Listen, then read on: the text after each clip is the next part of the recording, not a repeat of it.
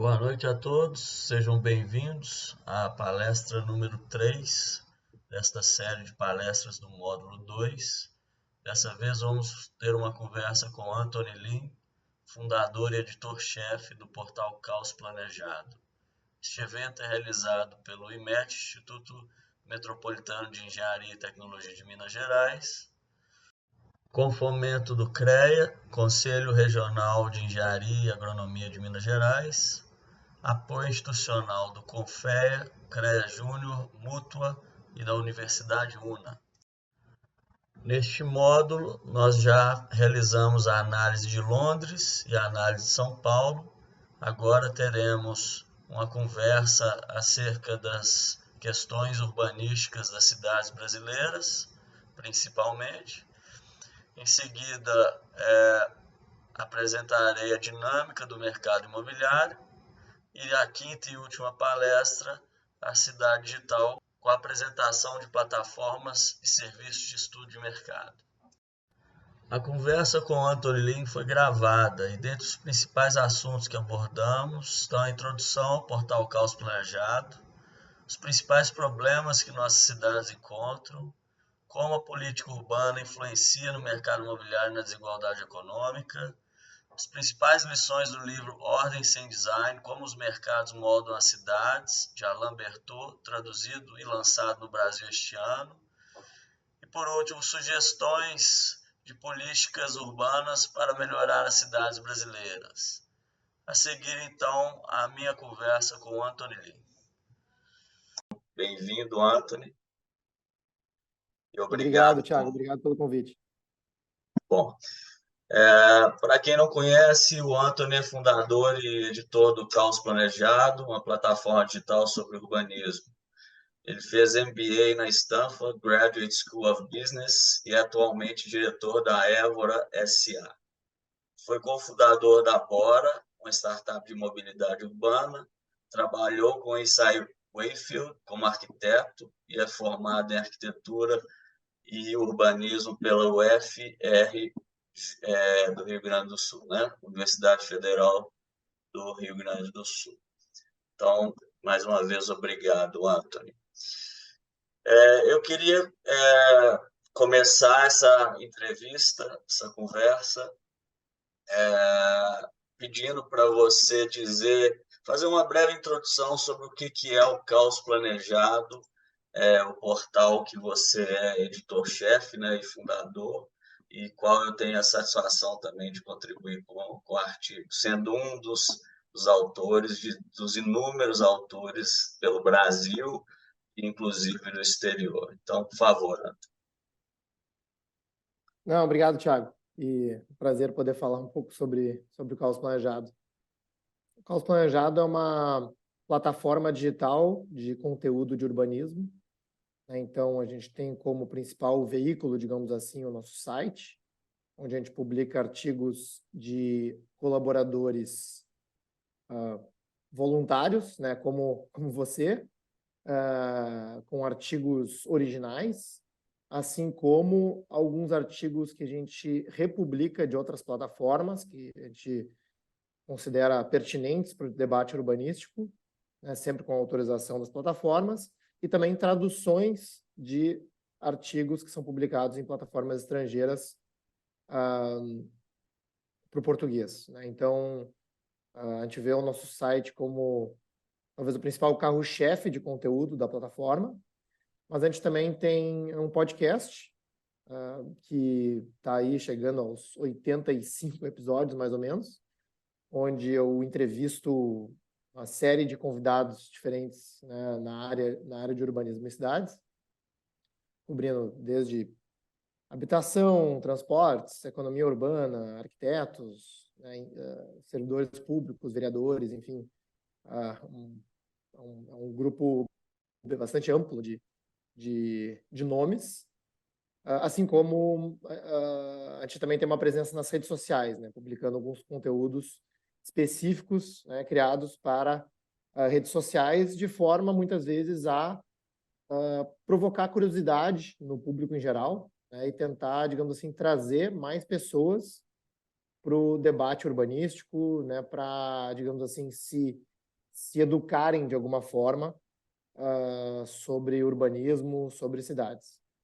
É uma plataforma de conteúdo sem fins lucrativos, então ela é mantida hoje pelo Instituto Vida Urbana, que é um CNPJ que eu criei para essa finalidade específica, e ela existe já há quase 10 anos, né? O Caos Planejado esse ano tem 9 anos, e hoje eu diria que, felizmente, né, se consolida como assim, uma plataforma relevante, né, de conteúdo sobre urbanismo no Brasil, dado que é um assunto que não é muito coberto, né, pela mídia tradicional, pelos jornais, e onde a produção acadêmica muitas vezes fica escondida, né, em papers, em portais acadêmicos. Então, Cidades, a maioria das pessoas moram em cidades, vivem em cidades, gostam de viver em cidades, sabem às vezes muito pouco sobre elas, né? Então, de fato, é algo importante. assim, acho que existe muitas lendas sobre os problemas da cidade, né? Então, o nome do Caos Planejado é até um trocadilho que a gente faz, porque eu acho que todo mundo já ouviu alguém dizer que, bom, o problema das nossas cidades é que a gente não E tem bom não tem planejamento, planejamento. cada um faz o que quiser, né? Então, assim, acho que isso é verdade em alguns aspectos, mas é completamente falso em outros, né? E a gente tenta esclarecer um pouco, né? E cobrir essas nuances do planejamento da gestão urbana nos nossos textos. Isso aí. Caos planejado é uma frase que remete a uma frase, a um livro do von Mises, né? Do economista. Não sei se você chegou a pensar nisso quando você teve essa ideia, mas von Não, Mises atribui o eu... mercado, né? Como o mercado funciona, como se existisse uma ordem inerente dos mercados, só que é uma coisa espontânea, né? Uma coisa livre, né? Que acaba que gera uma ordem que pessoas conseguem entender a ordem, né? Gerada. E eu não sei o caos planejado se foi nessa intenção ou se foi em outra. Então, na verdade, eu não conhecia esse livro quando eu comecei Ah, o Caos Planejado, e eu fiquei sabendo desse livro, inclusive, depois que eu comecei o Caos Planejado, e aham, se eu não me engano, a edição dele no Brasil foi feita também depois do Caos Planejado. Então, eu tenho, assim, um entendi. certo Coincidência. precursor, E o né, sentido é com o essa mesmo, nomenclatura. e o sentido é praticamente o mesmo, né?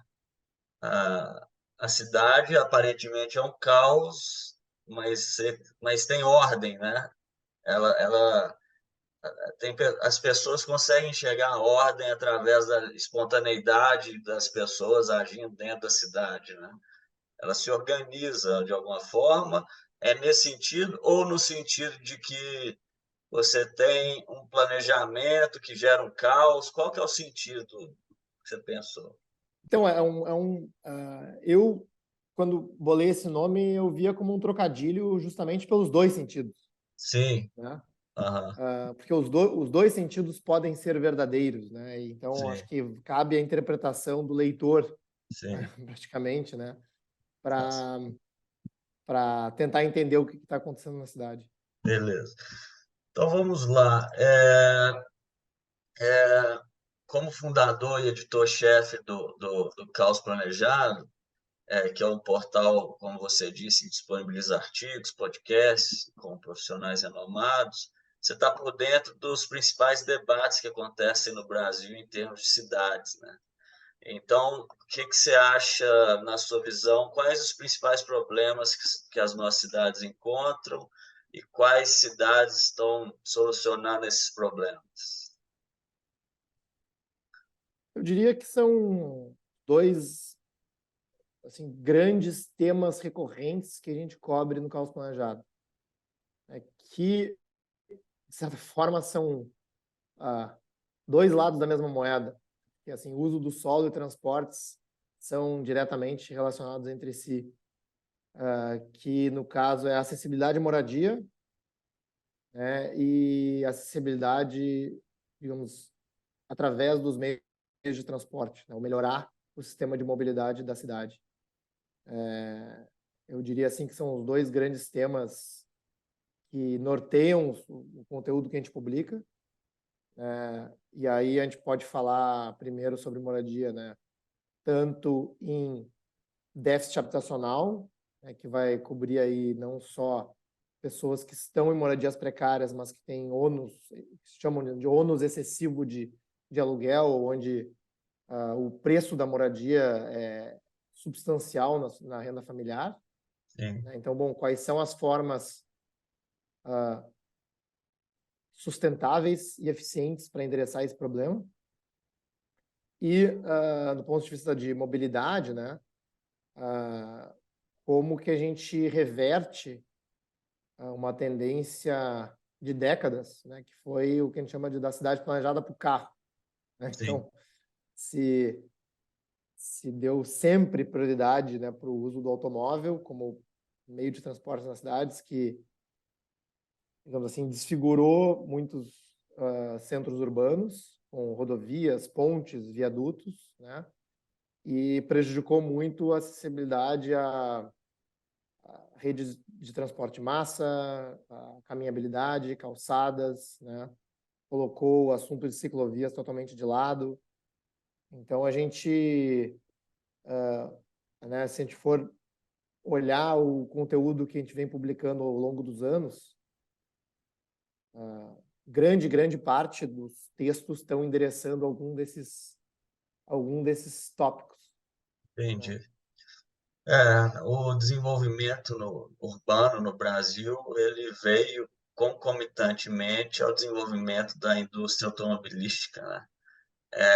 Enquanto na Europa e nas cidades que começaram antes de 1900, né, o desenvolvimento é mais orientado para o transporte de massa mesmo. E as cidades novas que surgiram já depois de 1900, né, a partir de 1910, e o Brasil começou mesmo em 1950. E então as cidades brasileiras têm essa orientação. E, e como a gente vê, o carro não era acessível, né, a muitas pessoas, o que dificulta mesmo a questão da mobilidade também, né? Também o investimento, infraestrutura nas vias que tem que ser feito, tem que ter uma calibragem entre a densidade populacional da cidade e os bairros e a infraestrutura viária também para se ter um meio de transporte eficiente, né? E a gente vê que em cidades lá, por exemplo, Estados Unidos, cidades totalmente voltadas para o veículo automotor, elas são muito menos densas que as nossas, né? Justamente para o carro transitar com mais facilidade, e lá todos têm mais acesso também. Ó. Carro é mais barato, gasolina é mais barato, então isso facilita também a configuração dessas cidades novas do oeste americano, né? Que também são orientadas para o transporte automotor. E então essa questão da moradia também, da acessibilidade à moradia, do custo da moradia relativo à renda dos habitantes também é algo que preocupa, né? Então, o transporte acessível e o custo, igual você mencionou. E isso, no Brasil, tem um retrato que a gente vê que é a desigualdade econômica, né? Que aflige muito as pessoas aqui no Brasil, né, vendo pessoas em situação de habitação precária, né, e pessoas com renda elevada. Então, essa situação da desigualdade, ela influencia muito a política, né, no Brasil, inclusive a política urbana. E então, como que se enxerga a, a política urbana dos municípios brasileiros nesse contexto de desigualdade econômica? O que os prefeitos e os secretários têm feito para tentar resolver isso? Então, historicamente, infelizmente, né, o nosso planejamento tem exacerbado as condições de desigualdade em vários aspectos, né? Então, do lado, bom, tanto habitacional como de transportes, né, a gente vê, por exemplo, centenas, milhares de famílias sendo expulsas das suas casas para dar espaço para abertura de vias, né? A gente entende que essas demolições de bairros, né, quase nunca acontecem em bairros privilegiados. A gente vê esse desenvolvimento orientado ao automóvel desde, enfim, do início do século passado, né, quando o automóvel era acessível para uma fração ínfima, né, da população brasileira. Então, se a gente pega a renda de uma pessoa pobre hoje, né, e acha que a compra de um automóvel é inacessível para ela, né? Eu fiz um levantamento para um artigo que eu escrevi para o Planejado algum tempo atrás. Em 1960, o carro era 10 vezes menos acessível. Ou seja, se hoje é caro para uma pessoa de baixa renda comprar um automóvel, em Não, 1960 era 10 vezes mais caro. Era como se ela tivesse que comprar 10 carros sim, para comprar um carro. sim.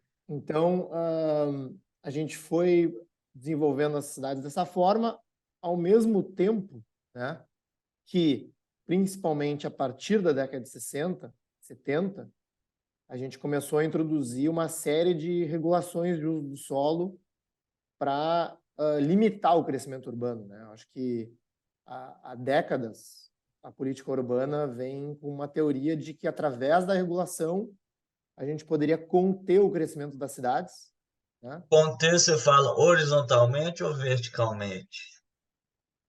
Eu diria que nas duas formas, né? Eu acho que quando teve esse boom de crescimento urbano que tu mencionou, né, o pensamento, digamos assim, hegemônico sempre foi de que as cidades simplesmente não deveriam crescer, ou não deveriam crescer tão rápido, e deveria existir mecanismos para reduzir o crescimento urbano, E né? as pessoas mudaram para a cidade de toda forma. Exato, né? Então, eu lembro muito bem, né, como aluno no colégio nos anos 90, onde praticamente toda aula de geografia, de história, criticava o chamado êxodo rural.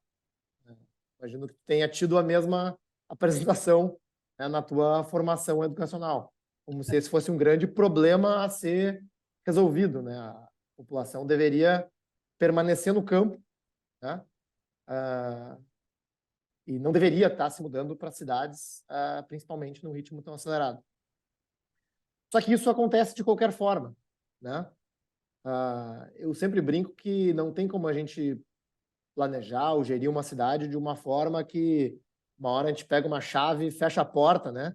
E É, fala que não pode mais entrar ninguém, sim. né? Se a cidade oferece empregos, amenidades, né, ou algum tipo de atratividade para as pessoas, elas vão querer se direcionar para essa cidade por algum motivo, em algum momento. Isso não é uma jabuticaba brasileira, não, viu? Eu estudei um artigo do Alan sobre Mumbai, na Índia.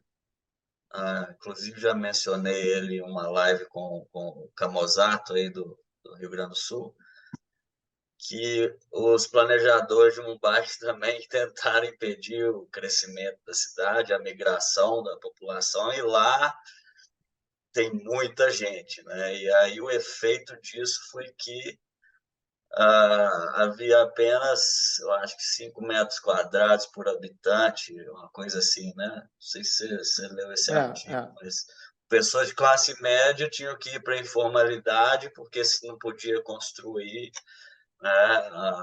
Muita gente indo para os entornos das fábricas para procurar emprego e morando em condições péssimas, né?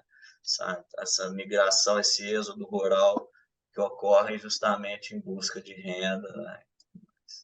Então, aqui no Brasil também ocorreu em menor grau que a Índia, mas ocorreu principalmente no Rio, né?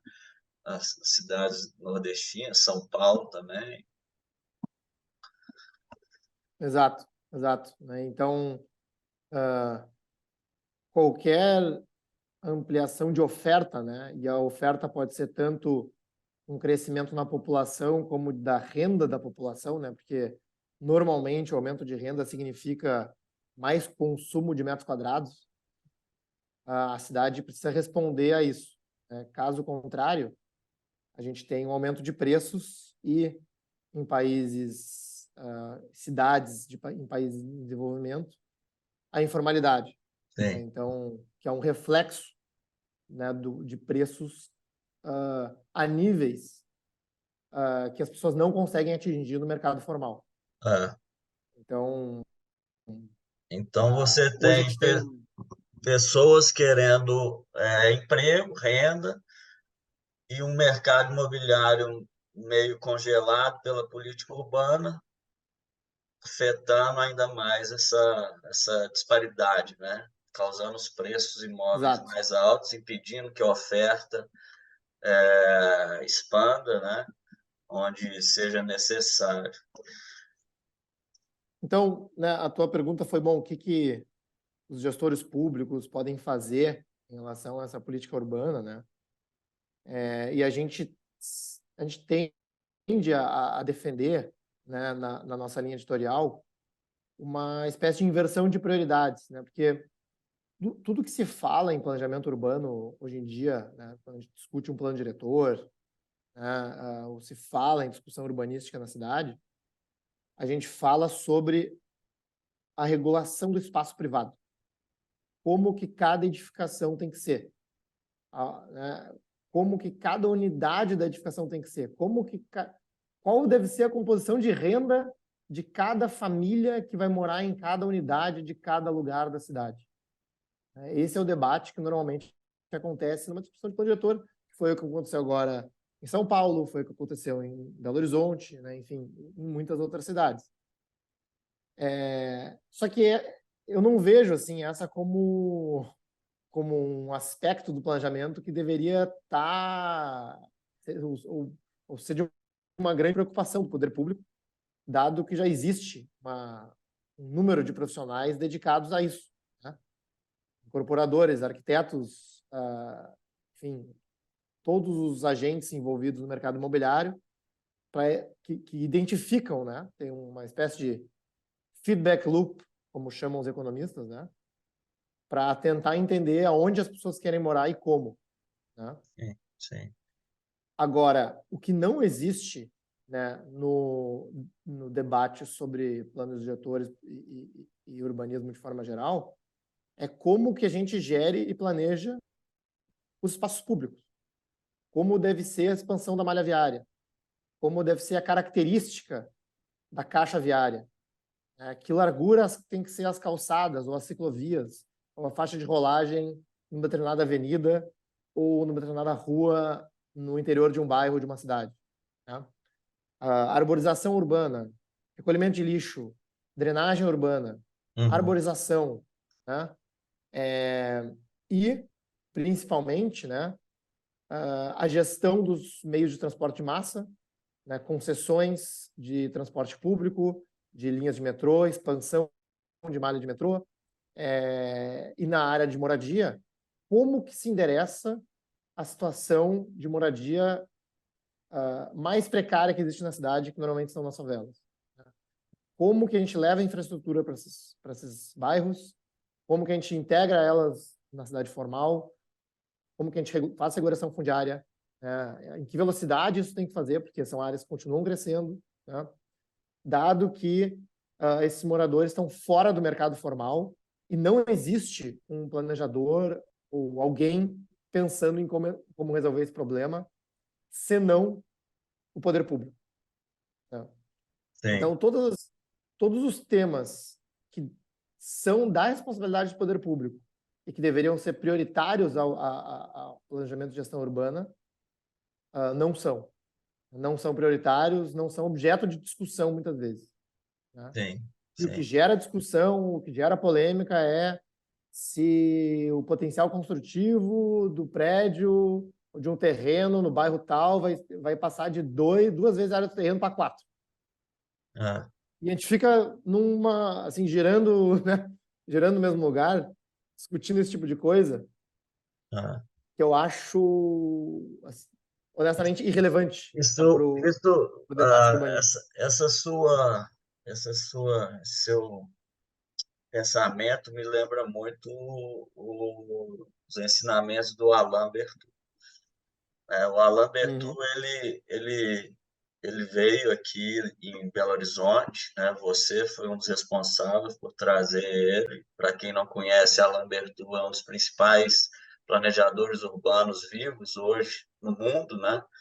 É um francês que foi aprendiz com Le Corbusier na França, trabalhou em desenvolvimento de cidades no mundo inteiro, na Índia, ajudou a desenvolver cidades após a União Soviética, hoje trabalha lá no Merrill Institute como pesquisador sênior, né, na Universidade de Nova York. E aí ele veio para lançamento do livro do Ordem Sem Design, né, como os mercados moldam as cidades. E o Caos Planejado foi responsável pela tradução, certo? Junto com a editora, né?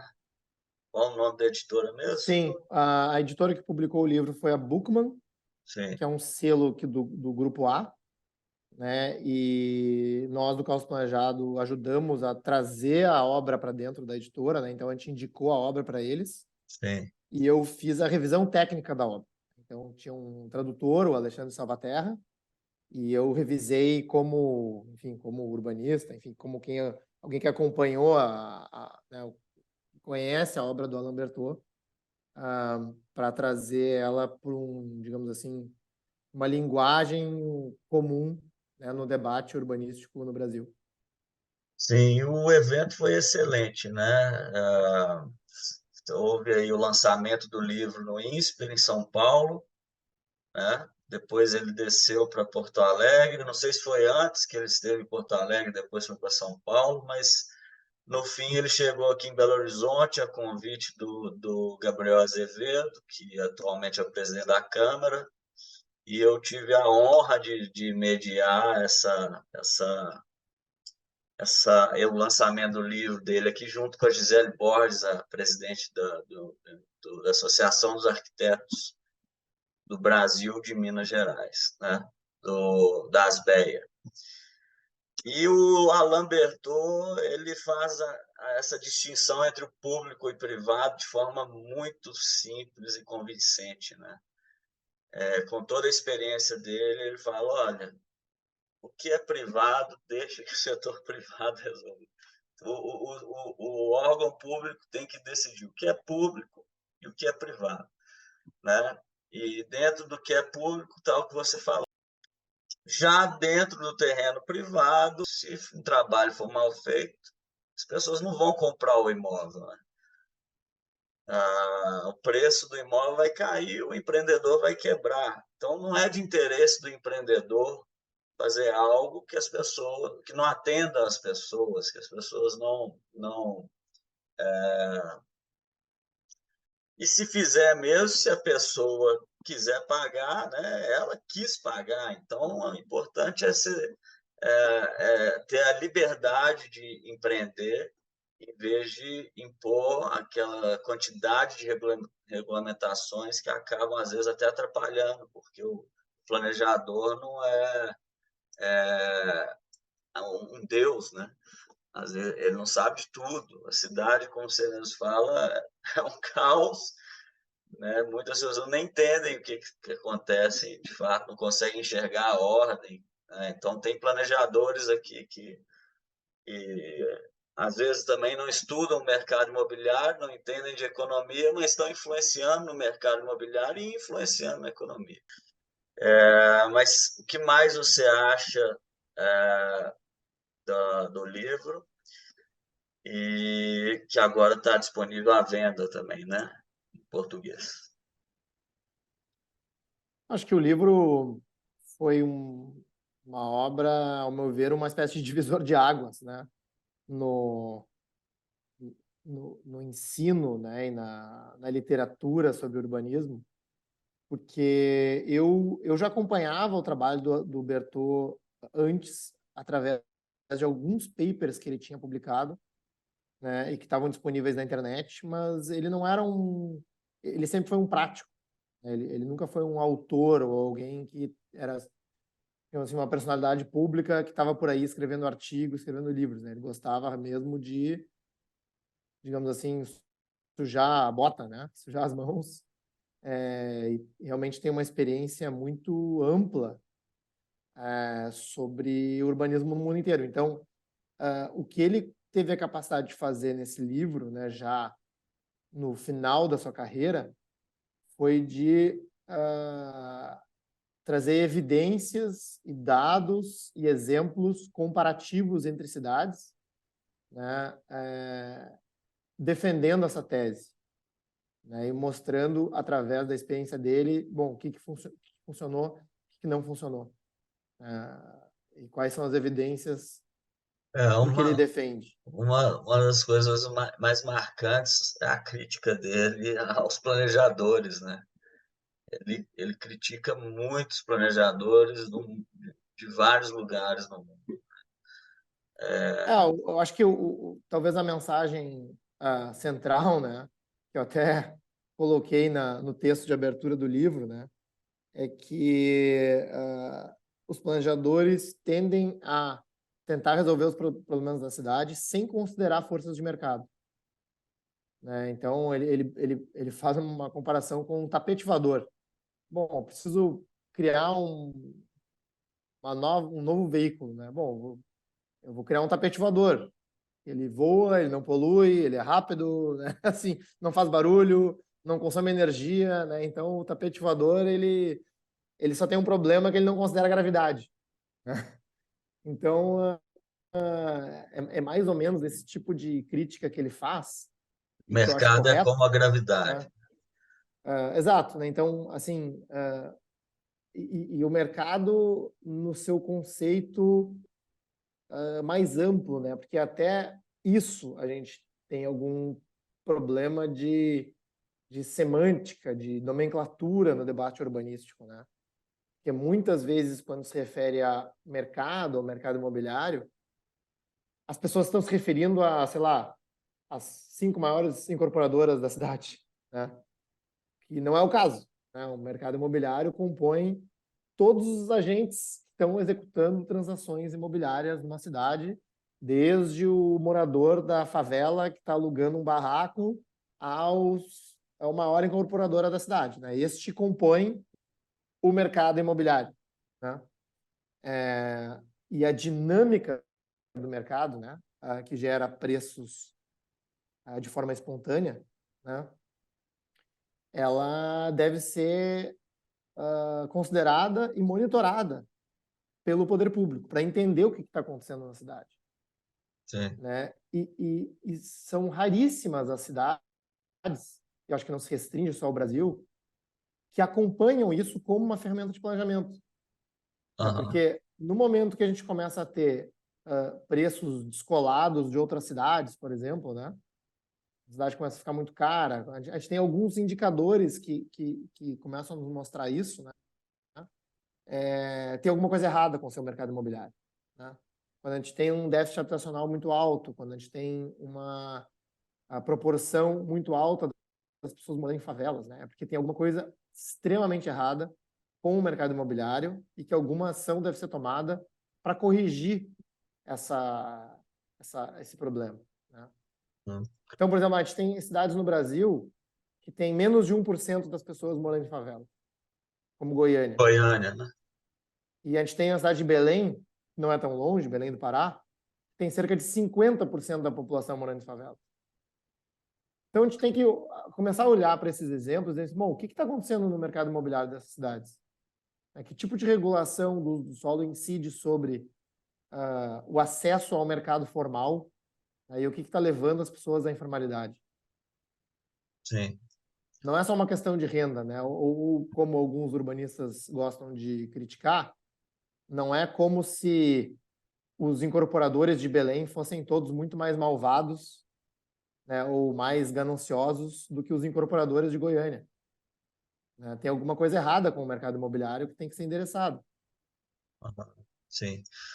Eu li um relatório de desenvolvimento mundial, que inclusive o Alan participou, através do Banco Mundial, que ele foi diretor, né, de planejamento, onde falou que em países em desenvolvimento é normal você ter entre 15% e 30% da população vivendo em habitações subnormais, né? Os países que hoje são desenvolvidos, eles também tiveram isso no passado. É natural que o mercado imobiliário não consiga atender as pessoas que não têm renda, né? Então tem que, mas da mesma forma, o que não é natural é impedir que o mercado imobiliário oferte, né? Que é o caso que a gente observa aqui, contrário ao que a gente observa nas cidades, na história de cidades já desenvolvidas lá nos Estados Unidos e na Europa.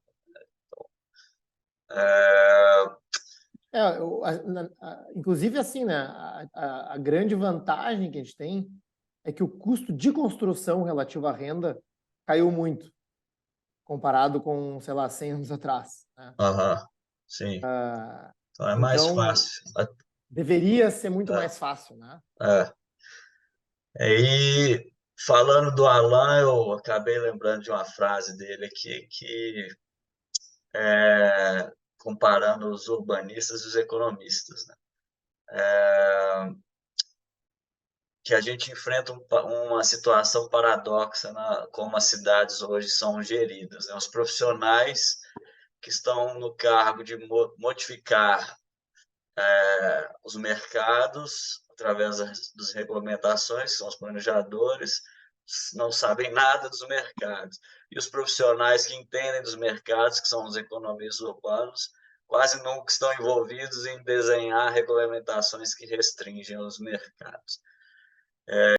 Então, para finalizar, Anthony, eu queria entender, na sua visão, o que impede as cidades brasileiras de prosperar mais rapidamente, de que esses problemas sejam resolvidos de forma mais rápida, e quais seriam as suas propostas para a política urbana melhorar nossas cidades? Pergunta de US$ 1 milhão, né? Mas, enfim, na minha opinião, é um pouco de tudo que a gente conversou aqui. Né? A gente, no Caos Planejado, tem tentado disseminar essas ideias dos últimos 9 anos. Né? Eu acho que tem ainda uma parcela significativa da população que ainda está presa em modelos de política urbana ultrapassados e, de certa forma, a política, digamos assim, né, de, de prefeituras, né, de eleições, gira em torno disso. Né? Um deles, por exemplo, é essa própria priorização do carro, né, a noção de que obras viárias são importantes, né? A noção de que, enfim, discutir uma taxa de congestionamento ou um pedágio urbano para trânsito de automóveis é considerado suicídio político em qualquer prefeitura do país, né? Então, assim, eu acho que a gente ainda tem que lidar com a realidade do conhecimento da população de forma geral. Né? Assim, eu brinco que por mais que um representante eleito, né, ou um secretário de urbanismo tenha aí boas ideias, ou acredite em algumas dessas ideias para implementar na sociedade, certamente a resistência vai ser muito grande, né? Porque a gente carrega um modelo de décadas que foca na regulação do espaço privado, né? Tem todo um plano diretor e uma lei de zoneamento e ocupação do solo que gira em torno disso, né? Toda a discussão urbana gira em torno disso. Né? Bom, como é que a gente sai do ponto A, onde a gente está agora, e chega num ponto B, que é, enfim, esse monte de ideias meio utópicas, né, que a gente discutiu aqui? Eu não sei, né? Mas assim, uma coisa que eu sei que a gente tenta fazer é que mais pessoas precisam entender isso, né? Que mais pessoas precisam comprar essas ideias, né? Para que justamente, né, a gente ande nessa direção, né?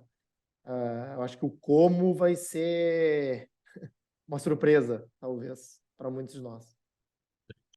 Muito obrigado, então, Anthony, pela presença e pela oportunidade.